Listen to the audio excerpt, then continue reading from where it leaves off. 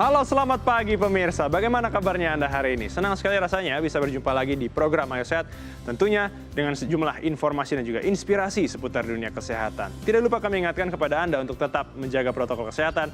Dan semoga pandemi COVID-19 ini bisa kita lalui bersama-sama. Hari ini, pemirsa, Ayo Sehat akan membahas permasalahan kaki pada anak bersama dokter spesialis ortopedi, konsultan anak Dr. Faisal Miraj. Kita mulai Ayo Sehat bersama saya, Elgin Fridianto.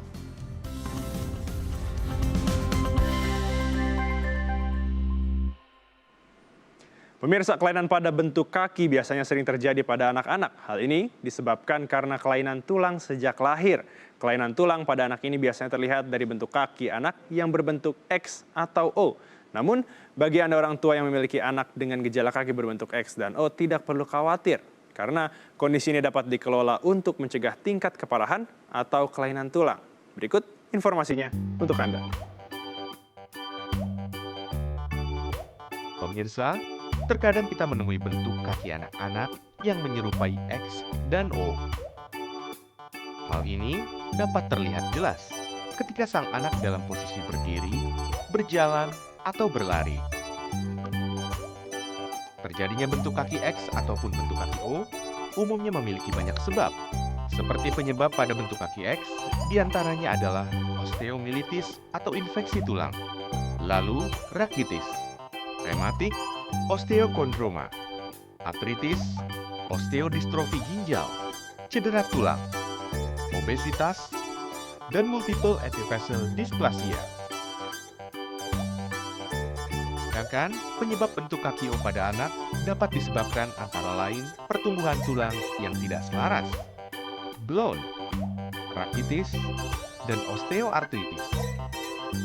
Tidak hanya bentuk kaki X dan O, kelainan bentuk pada kaki lainnya juga kerap dimiliki pada anak-anak. Antara lain, flat foot atau lengkung kaki sebelah dalam pada anak cenderung datar. Lalu club foot atau kaki memutar di pergelangan kaki ke arah dalam sehingga kedua telapak kaki saling berhadapan. Dan in-toeing atau kedua kaki mengarah ke dalam saat berjalan. Lalu, bagaimana cara mengantisipasi agar hal ini tidak terjadi?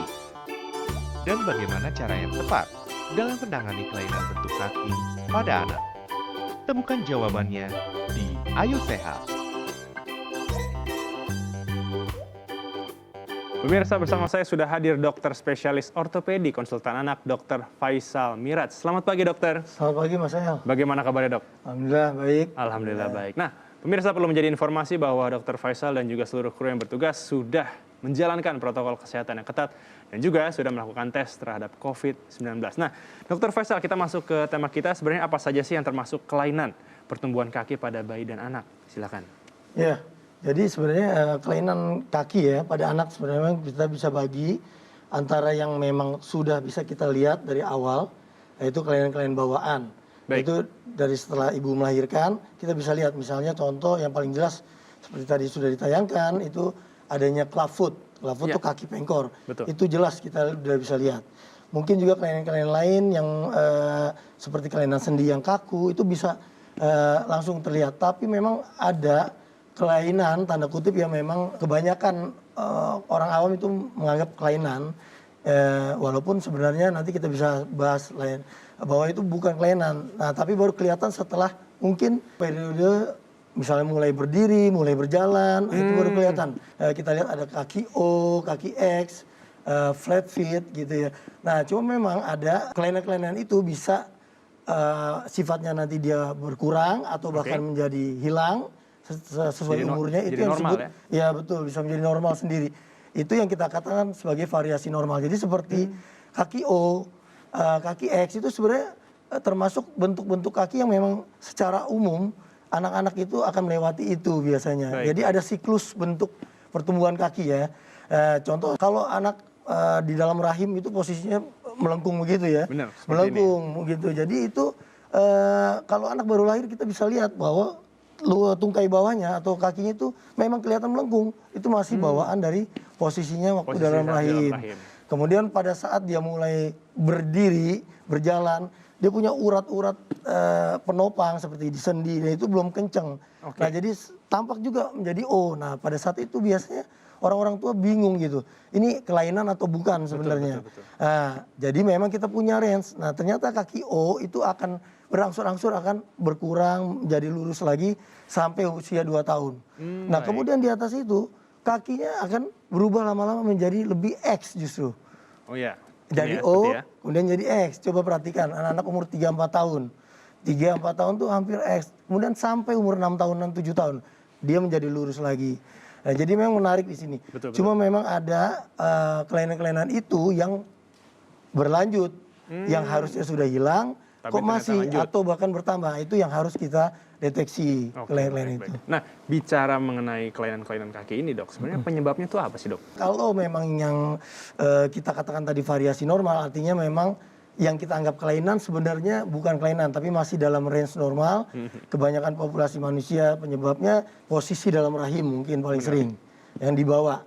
Kemudian karena adanya kelenturan urat-urat seperti contoh tadi kaki O, kemudian juga flat feet. Kalau kita lihat flat feet itu disebabkan karena urat-urat atau penunjang di bawah pelantarannya kakinya itu masih lentur sekali. Jadi pada saat dia menginjakan dibebanikan berat badannya, dia tidak bisa menopang. Jadi tidak ada lengkungannya atau arch-nya kita bilang, dia makanya dia flat.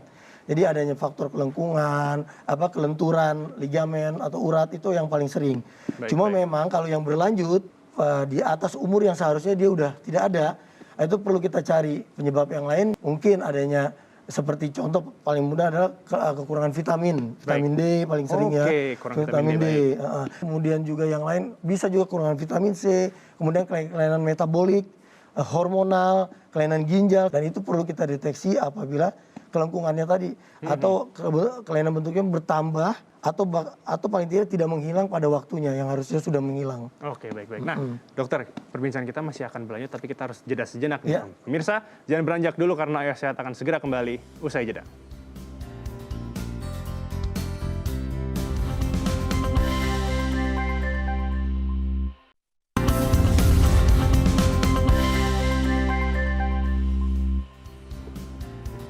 Terima kasih Anda masih menyaksikan program Ayo Sehat, pemirsa. Tidak lupa kami ingatkan kepada Anda untuk bisa memfollow Instagram Ayo Sehat di @ayosehat_kompas.tv dan juga di kanal YouTube Kompas TV.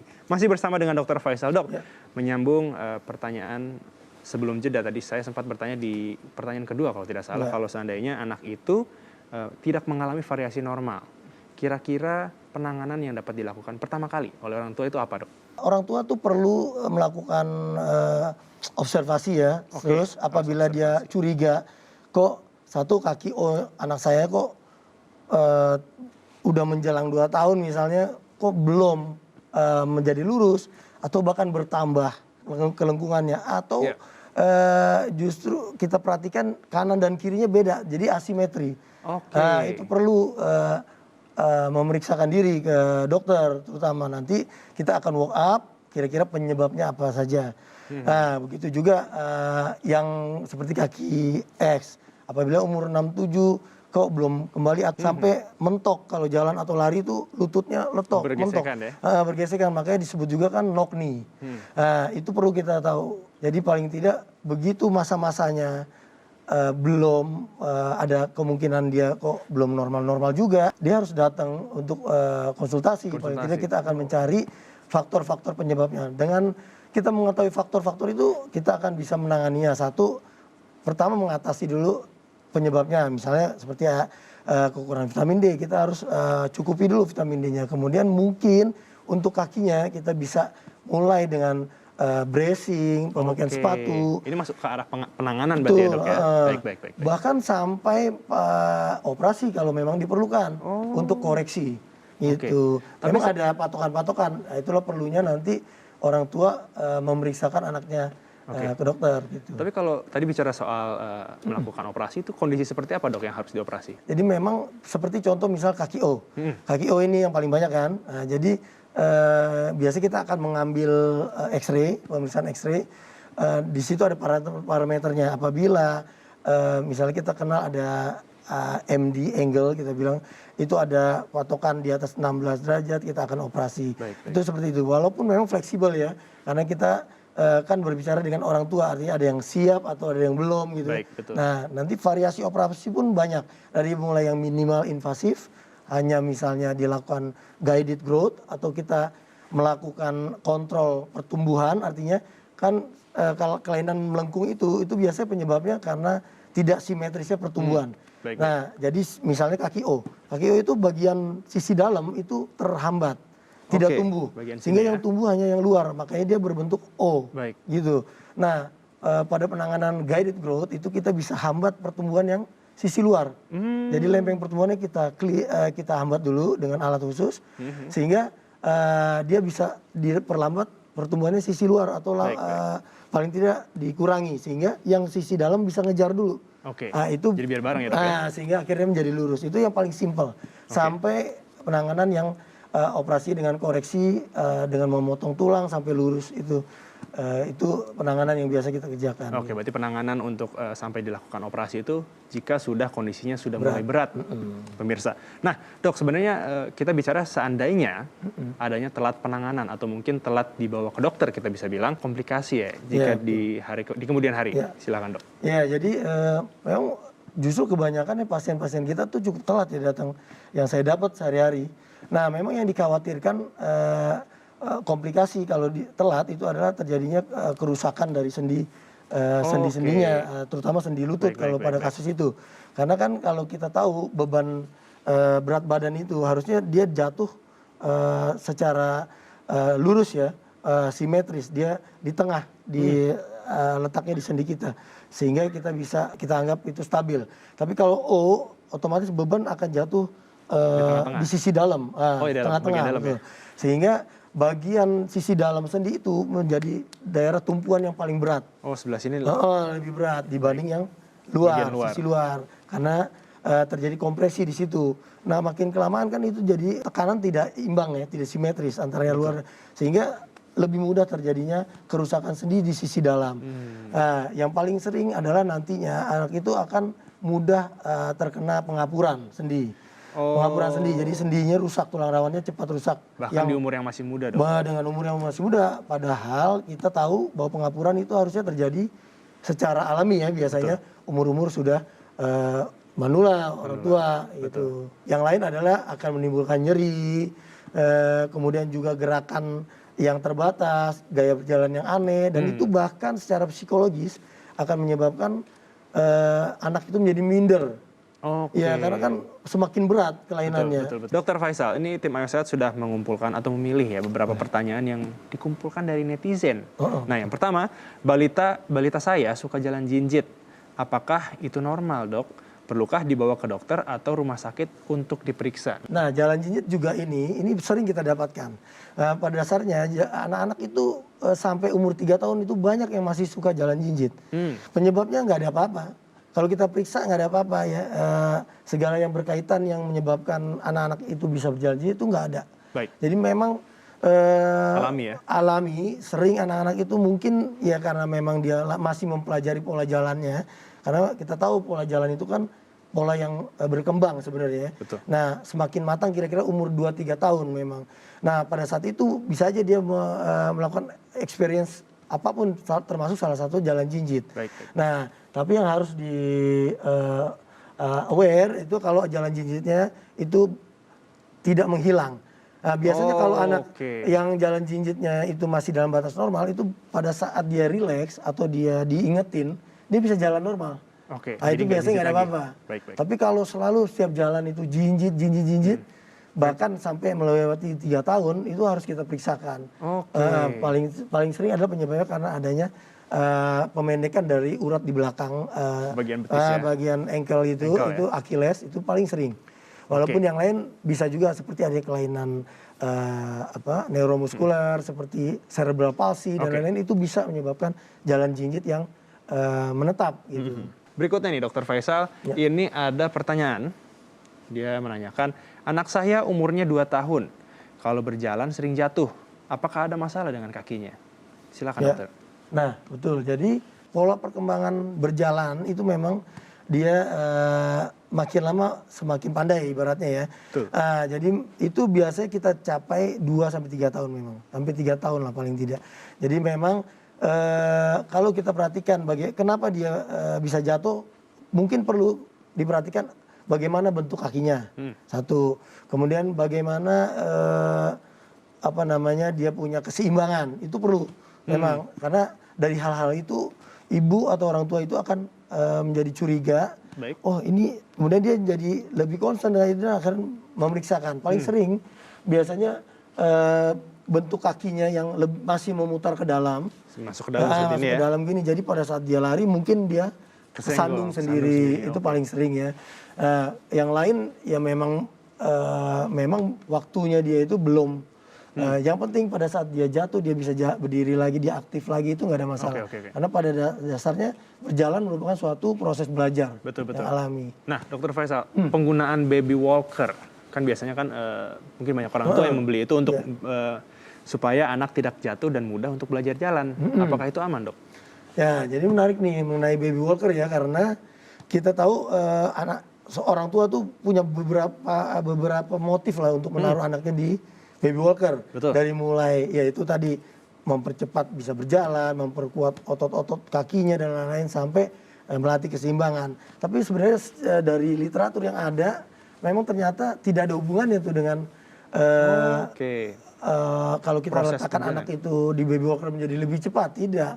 Karena memang tadi saya bilang proses berjalan itu sebenarnya sudah ada kita sendiri yang udah dibekali ya oleh pencipta kita, bahwa itu termasuk dari salah satu tonggak-tonggak yang harus kita lewatin. Baik. Sampai anak itu bisa berjalan, dia harus sudah bisa melewati tonggak-tonggak lainnya atau milestone gitu kita bilang. Misalnya dia harus bisa duduk, kemudian merangkak, kemudian dia Pelan-pelan berdiri, baru dia mulai melangkah. Itu semuanya harus. Alami alami betul. Dengan baby walker banyak fase-fase itu yang di skip, yang dilewatin. Satu lagi yang saya perlu, bahwa baby walker kadang-kadang berbahaya sekali karena Kadang-kadang berbahaya pemirsa.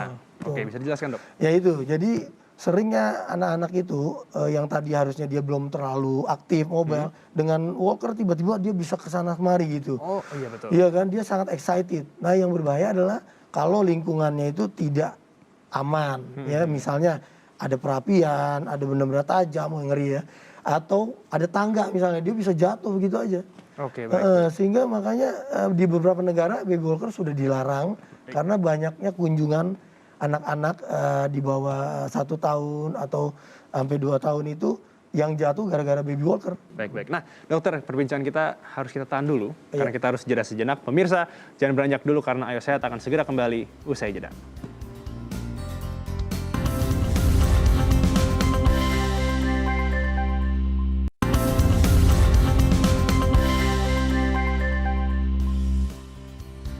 Anda kembali menyaksikan program Ayo Sehat masih bersama dengan Dokter Faisal. Nah, dokter, menyambung pertanyaan netizen, masih ada satu lagi nih, Dok. Oh, iya. Kita bisa lihat di tengah. Boleh. Ini pertanyaannya soal benarkah bayi baru lahir harus dibedong supaya kakinya lurus? Nah, ini bisa disampaikan ke pemirsa sekalian himbauan untuk dari dokter untuk pemirsa untuk masalah kelainan pada kaki. Ya. Silakan, dokter. Ya, baik Mas El. Jadi ini ya memang yang paling sering juga kita dapat dan masih dikerjakan ya, ibaratnya memang ini turun-temurun tradisional, memang semua hampir, bahkan neneknya juga bilang kenapa nggak dibedong, itu paling sering. Itu harus. Harus. Jadi memang tujuannya sebenarnya kurang pas dengan caranya dibedong ya untuk meluruskan kaki. Seperti saya bilang, kaki itu akan lurus sendiri nantinya, yang tidak ada masalah. Justru dengan membedong itu merapatkan kaki lurus rapat, itu berbahaya untuk sendi panggul. Kita tahu bahwa anak baru lahir itu memiliki urat-urat yang lentur. Salah satunya adalah di sendi panggul. Jadi pada saat kita ngebedong itu kita memaksakan anak itu kakinya lurus rapet sehingga sendi panggulnya yang tadinya begini jadi begini nih, keluar. Nah, itu membuat urat-urat di sendi panggul itu menjadi stres atau menjadi melar gitu. Melar. Nah, kalau ngebedong itu juga nggak tanggung-tanggung, terus-terusan lama kan biasanya. Sehingga anak lama sekali dalam posisi itu, posisi melarnya urat-urat sendi panggul ini itu jadi menetap. Jadi dia yang tadinya harusnya balik lagi setelah stretch, dia balik lagi karena kelamaan dia jadi melar terus. Sehingga lama-lama itu sendi panggul itu di panggul kita itu bisa keluar masuk, Oke. dan lama-lama juga bisa keluar terus sehingga menjadi dislokasi atau keluarnya sendi panggul dari mangkoknya gitu. Oke, Nah itu oke. berbahaya sekali. Jadi banyak yang tidak tahu begitu anak mulai berjalan, ternyata kok anaknya pincang, jalannya aneh seperti bahkan kalau yang dua-dua sisinya itu jalan seperti bebek. Kaget dia. Kenapa pas kita datang ke dokter kemudian di X-ray, oh ternyata sendi panggulnya sudah keluar atau Dan itu dislokasi. gara-gara di bedong ya dok ya? Betul. Baik-baik. Nah dokter mungkin bisa berikan himbauan ya ke pemirsa Ayo Sehat bagaimana sih agar terhindar dari kelainan kaki ini pada anak. Silakan dokter. Ya, baik Mas Al. Jadi memang pada anak-anak itu banyak kondisi-kondisi yang seakan-akan seperti kelainan ya. Oke, itu harus dulu ditangkap. Padahal kelainan-kelainan itu tanda kutip itu merupakan yang normal, variasi normal. Memang nggak semuanya, tapi banyak yang begitu, tapi normal. Kenapa? Karena dia akan menghilang pada waktu tertentu. Iya, misalnya kita bicara kaki O, Betul. kaki X, flat feet, in-toeing, kaki yang masuk ke dalam. Kalau berjalan itu pada waktunya dia akan menghilang sendiri. Nah cuma perlu kita lebih aware, lebih concern kalau kelainan-kelainan itu menetap atau sampai kita lihat mungkin pertumbuhannya juga beda kanan kiri asimetri. Agak terganggu ya, Dok, dan terganggu dan juga mungkin sudah menimbulkan keluhan Baik. seperti nyeri, mudah jatuh apa itu perlu kita lebih aware untuk memeriksakan supaya kita bisa melakukan penanganan secara dini gitu. Baik. Oke, Dokter Faisal terima kasih untuk informasinya. Semoga semua informasi yang diberikan oleh Dokter Faisal bisa bermanfaat bagi pemirsa agar terhindar anaknya dari kelainan kaki. Ya. Usai sudah 30 menit, saya dan juga Dokter Faisal menemani Anda di program Ayo Sehat edisi kali ini. Tetap saksikan program Ayo Sehat setiap hari Senin hingga hari Jumat pukul 10.30 waktu Indonesia bagian Barat hanya di Kompas TV, independen, terpercaya. Saya Algin Fredianto bersama dengan Dokter Faisal. Pamit undur diri. Ingat, tetap patuhi protokol kesehatan, menjaga jarak, mencuci tangan, dan juga menggunakan masker. Sampai jumpa.